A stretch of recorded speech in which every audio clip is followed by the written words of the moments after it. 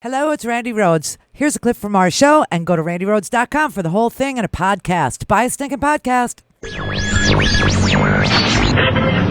had a little man. The fault. We believe that all men are created equal. To the magnificent mosaic that is America. From radio beacon to radio beacon. I have a dream today. Change has come to America. Knock, knock. Who's there? It's a figment of your imagination. Randi Rhodes Show. Turn up your mind.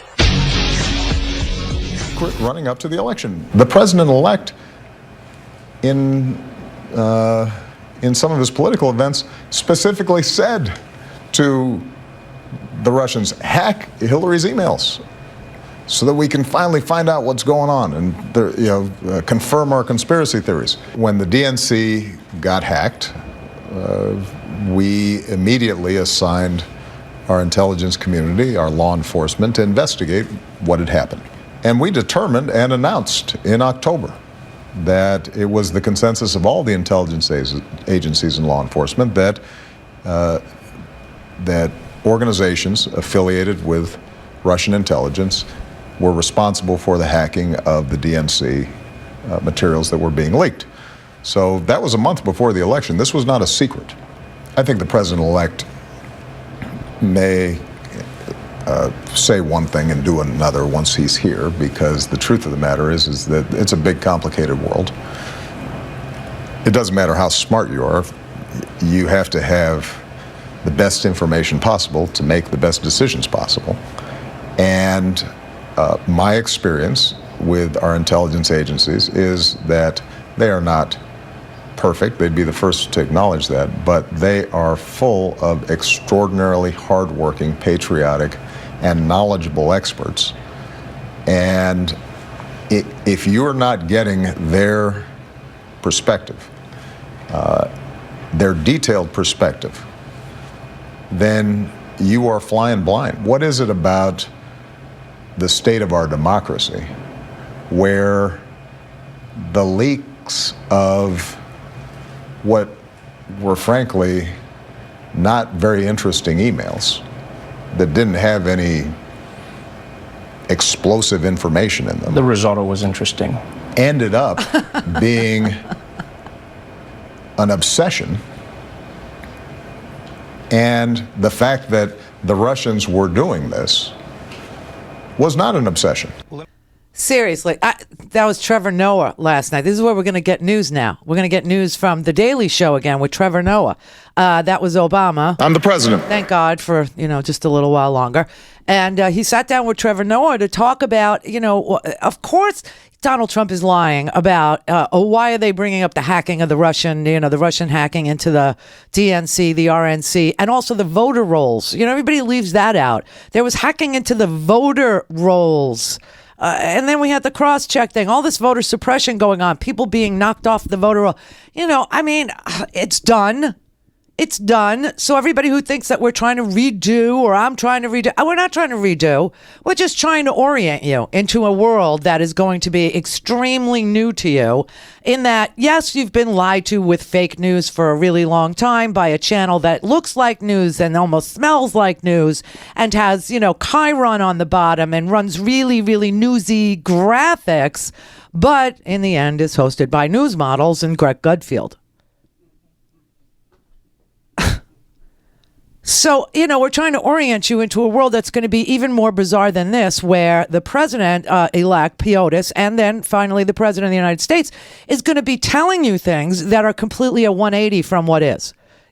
Everything that he's going to say is, completely ass backwards. We're through the looking glass. Up is down, black is white. I want everybody to get oriented, because when you're disoriented, you can't figure out where you are. You can't even begin a plan to exit stage left or right because you can't find the door. And quite frankly, we're going to need to. I'm freaked out by, the Rex Tillerson. The Rex Tillerson is the Secretary of State. What's really interesting is the same theory that we keep explaining to you, which is that Trump is picking people for various agencies who hate those agencies more than life itself. And, I mean, I'm not going to play. You want me to play you Rick Perry's oops moment again? Really? Again? Wasn't it just, didn't we just hear it everywhere? Oh, okay, here it is. Here's Rick Perry. What's the third one there? Let's see. You need 5. Oh, 5. Okay, so commerce, education, and the EPA? EPA. There you go. No, okay. Let's talk deposition. Seriously? Is EPA the one you were talking about? Or? No, sir. No, sir. We were talking about the agencies of government. EPA needs to be rebuilt. There's no doubt about that. But you can't name the third one? The third agency of government, Yeah. I would do away with the education, the commerce, and let's see. I can't. The third one I can't. Sorry. Oops. Yeah, no. It was energy. The third one was energy, the Department of Energy. And so Trump just named him the Secretary of the Department of Energy. Isn't that something? Betsy DeVos has been spending her entire life and money on destroying education, as we know it, public education. She's the Secretary of Education. Rex Tillerson from ExxonMobil, ExxonMobil, it was the most hated company in America for a very, very long time, but then it was surpassed by Goldman Sachs. So Rex Tillerson of ExxonMobil is going to be the Secretary of State, even though I have quotes from Rex Tillerson saying he hates he hates the State Department. The State Department does nothing but get in his way. The State Department, he's running his own sovereign nation inside ExxonMobil and doesn't need any direction or help from the State Department. In fact, every time they try to tell him you can't do business in Chad because he's a brutal dictator, or you can't do business in, Papua New Guinea because there's a brutal dictator, he says, I don't need you. I don't need you. And you know what? I'm going to pay these dictators so much direct money. They're not going to need you either. I hate the Secretary of State. I hate the State Department. So now he's Secretary of State. Mnuchin, who hates Wall Street regulation because, he actually likes to foreclose upon ye. He's going to be Secretary of the Treasury. You see the pattern here? Tom Price, who is so completely conflicted because he owns mega shares of health insurance companies, is going to be Health and Human Services. And then Rick Perry, who wanted to destroy the Department of Energy in that 2012 debate there, he's now going to be the Secretary of Energy. Now, I don't think you understand what energy does. I'm not sure if you understand what the Department of Energy is. I think you think it has something to do with fossil fuels. Au contraire. The Secretary, the Energy Department is a very, very, very, very sciencey department. It's been run by physics professors. It's been run by people who are, just like PhDs in science and math, and and it's just like an amazing thing. And despite its name, their mission at Energy is to maintain the nation's stockpile of nuclear warheads and to clean up nuclear waste at sites left by military weapons programs. They also run our national laboratories that set standards for various things like your appliances, the SEER ratings and the energy efficiency ratings that you now know. They hand out grants. They make loan guarantees for solar cells and capturing carbon dioxide from coal combustion. And they invest in things like building envelopes. You know what a building envelope is? Okay. It's what Donald Trump goes to China for. Donald Trump buys all the aluminum and the steel for his buildings from the Chinese, and then he uses them to create the building envelope. And the envelope is the outside of a building that can be fitted with everything from energy efficient windows to thermal, insulation, all kinds of things. And the energy department looks for companies that do very cutting edge, very energy efficient, very, new and improved ways to lessen energy waste in building envelopes, in roofs, in window. Remember when Obama was running for president, he kept talking about the window companies? How he was going to make this major investment in window companies. That's what the energy department does. That's what the energy department seeks out. They seek out people with unique and scientifically provable ideas, or people who have scientifically, interesting ideas, who need money to test their products to see whether or not they work, whether or not they can be mass produced, whether or not it could be an American business, whether or not it needs to be outsourced. This is what energy does. You put Rick Perry in charge of that sciencey place? Because it has nothing to do with oil and gas. See, we turned the State Department into the petrol state. And what's really sick is ExxonMobil, like I said, was the most hated company in America until Goldman Sachs surpassed it in hate after the big 2008 crash. But what's fascinating is that inside the Trump cabinet is everyone from Goldman Sachs, second generation Goldman Sachs, the Mnuchins and what's his name? Who? No. Yeah. No, the other one from Commerce, Wilbur Ross, who was a Rothschild. Well, he wasn't a Rothschild. He managed the Rothschilds' investments. I mean, it's so amazing. It's like anybody that hated any of these government agencies, whoever hated it the most got the job. This is so counterintuitive unless what your goal is to run ramshackle. And labor. I mean, oh my God. The Labor Department is going to be run by Pudzer, who is against the minimum wage, who's against overtime, who's against a 40-hour work week, we're all, it's so, but when he said Rick Perry out loud today, I was like, okay, that's it.